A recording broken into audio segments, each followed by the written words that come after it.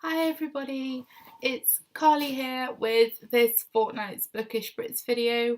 Um, as you may be able to see and hear, I'm not very well.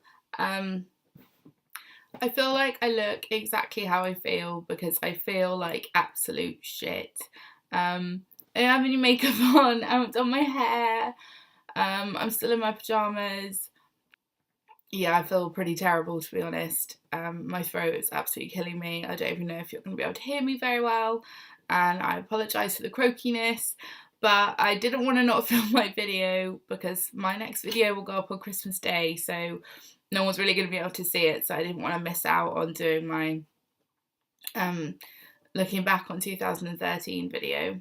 It's not going to be particularly long, and I'm sorry if the editing's a bit rubbish. I just really want to go back to bed and curl up under the duvet and go to sleep.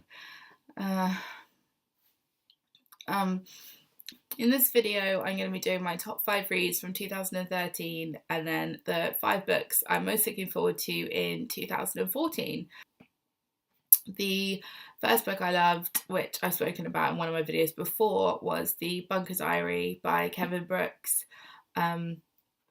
It's an absolutely amazing book. It blew me away. It's my book of the year.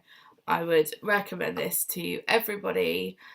Everyone who hasn't read it, it's just the most incredible story, and it's got the most shocking ending, and it's fantastically told and written from beginning to end. I'm a big Kevin Brooks fan anyway.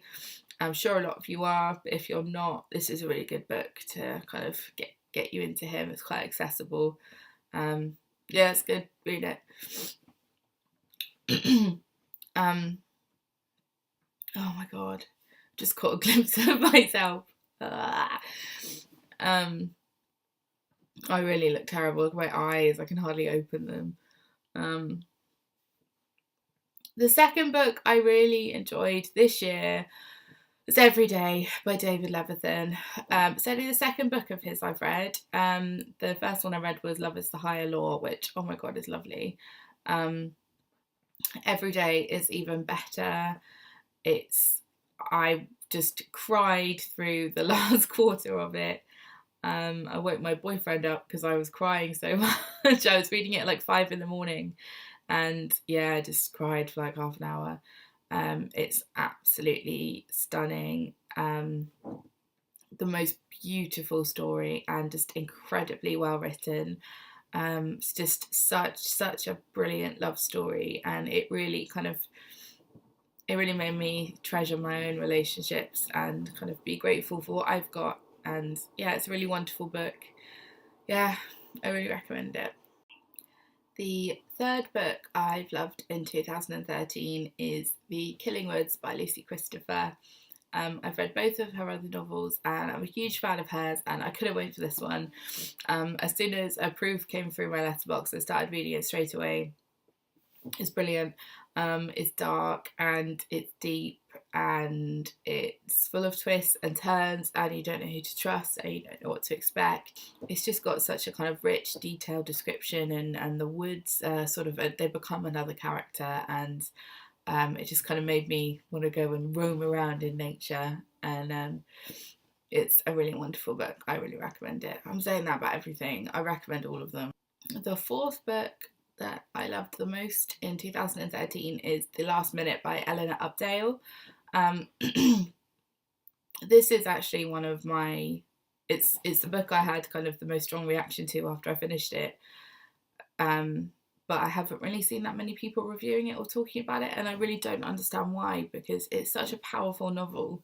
It's set in a little fictional village near to a big British airport, and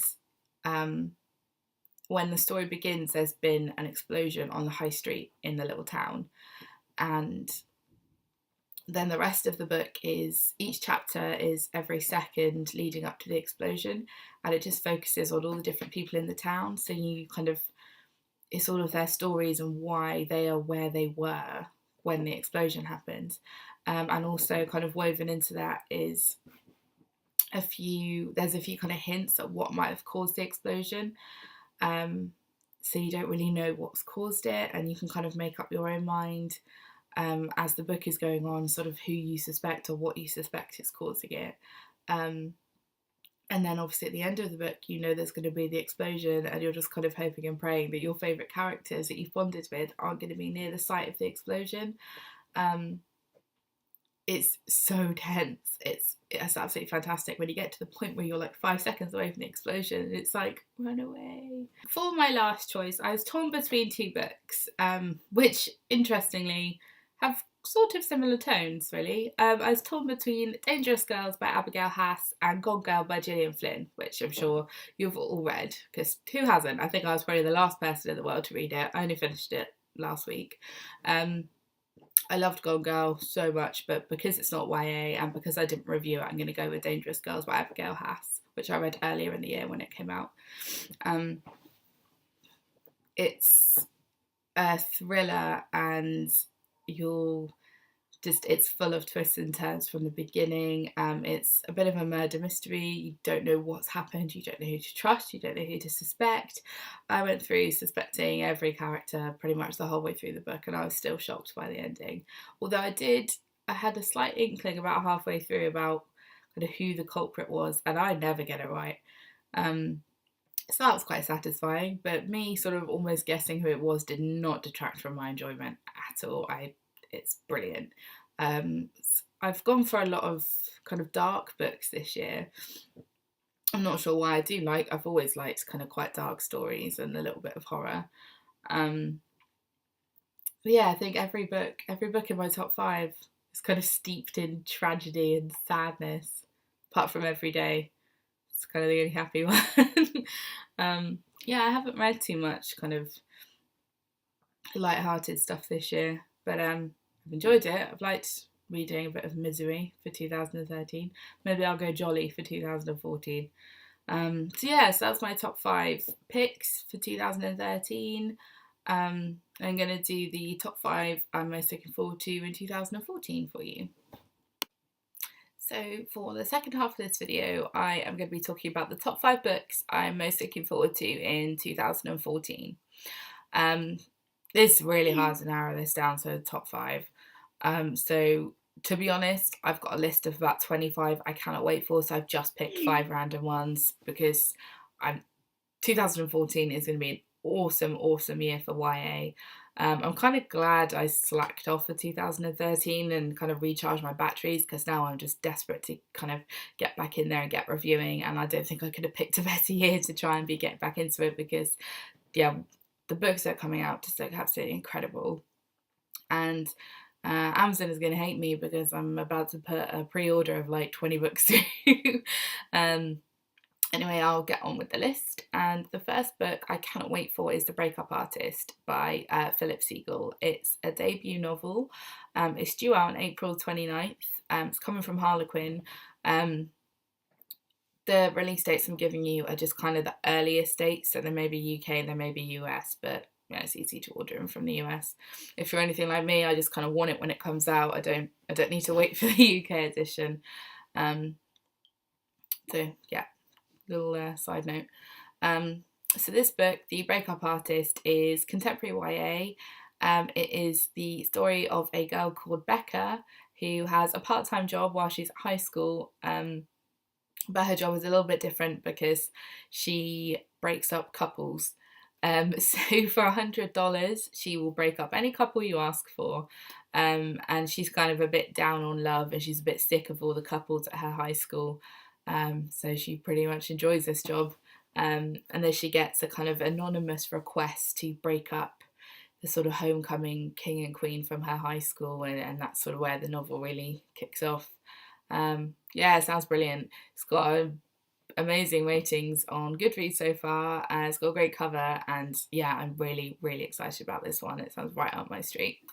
The next book on my list of books I can't wait for in 2014 is another debut. It's Dorothy Must Die by Danielle Page, and it sounds absolutely brilliant. I think it's going to crop up on a lot of people's lists. I think it's going to be a popular one. It's kind of almost like a kind of fairy tale story with a bit of a twist. It's a girl who ends up being taken to Oz, obviously the setting of The Wizard of Oz, and it's kind of set now, I think, and Dorothy found a way to get back into Oz, but she's evil. So this girl has been recruited to kill Dorothy and like take the Tin Man's heart and take the Scarecrow's brain and everything and then kill Dorothy. It sounds awesome and I am desperate for this one. It doesn't come out until April. It's being released by Harper. Yeah, what's not to like? The next book on my list is not a debut this time. It is 16 Things I Thought Were True by Janet Gertler, and that is due out in March from Sourcebooks. This sounds a little bit Sarah Destiny, kind of a great sort of spring, summer, beachy read. It's about a girl whose mum has a heart attack, and while her mum is sick, it makes her sort of think about family, and it kind of reinforces the fact that she didn't know her dad, and she finds out that her dad is actually a lot closer to home than she thought he was. Also thrown into the mix is a summer job with a guy that she never thought she would get on with, and he ends up offering to go on a road trip with her to find her dad, and so it's a road trip novel. Yeah, it just sounds kind of sweet, fun, and enjoyable read. I'm sure there's going to be a really lovely romance in there. It just sounds like a kind of classic summery novel, and yeah, I can't wait to read it. Roll on March. And the fourth book on my list is one you're probably all aware of.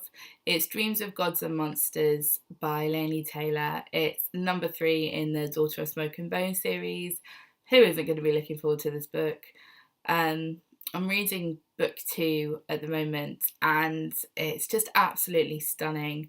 I don't know why I didn't get around to reading it sooner, because I pre-ordered it, got it the day it came out, but I've only just settled down to read it, but I'm absolutely loving it. I am straight back into that world, and I already cannot wait for book 3, even though I haven't even finished book 2.